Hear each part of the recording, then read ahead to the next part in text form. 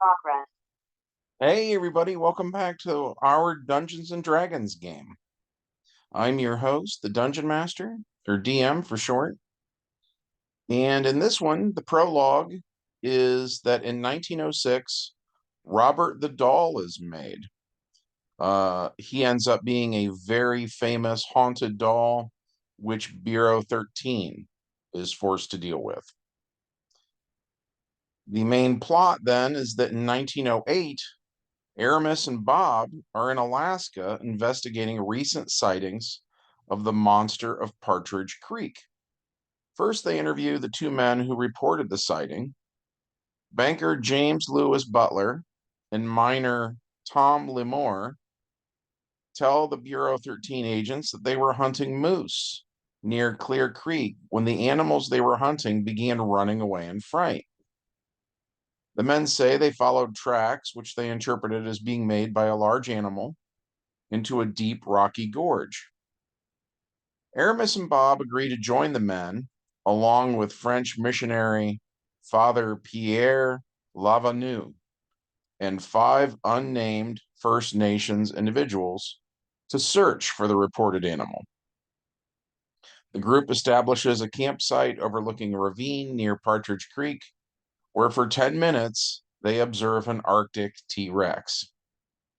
This dinosaur has a hairy body, which it seems to have developed to deal with the cold.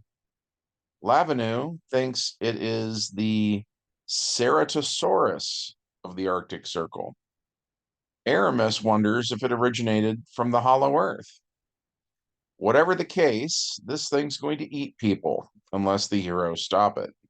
So Aramis and Bob use elephant guns.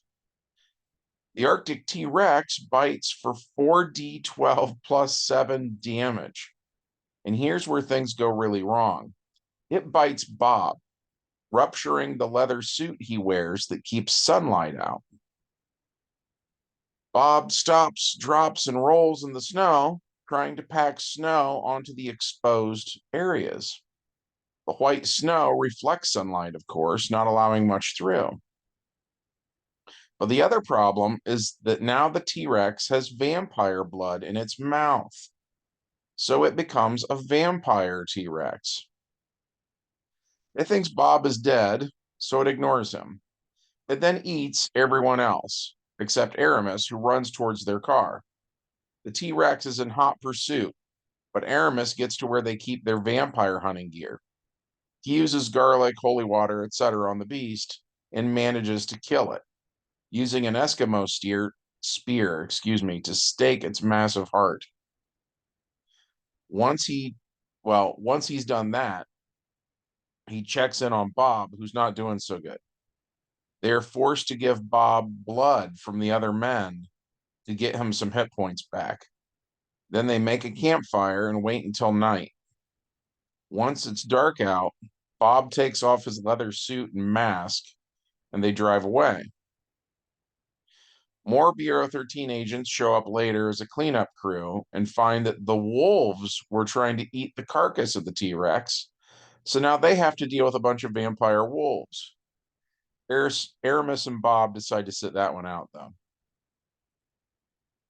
The epilogue is that in 1909, the Jersey Devil was thought to be dead, and yet Aramis and Bob find themselves in the Pine Barrens again, tracking this thing down. So that's it for this one. I hope you enjoyed it. If so, be sure to hit like and subscribe, ring the bell, leave us a comment, all that jazz, and we'll see you in the next video. Bye.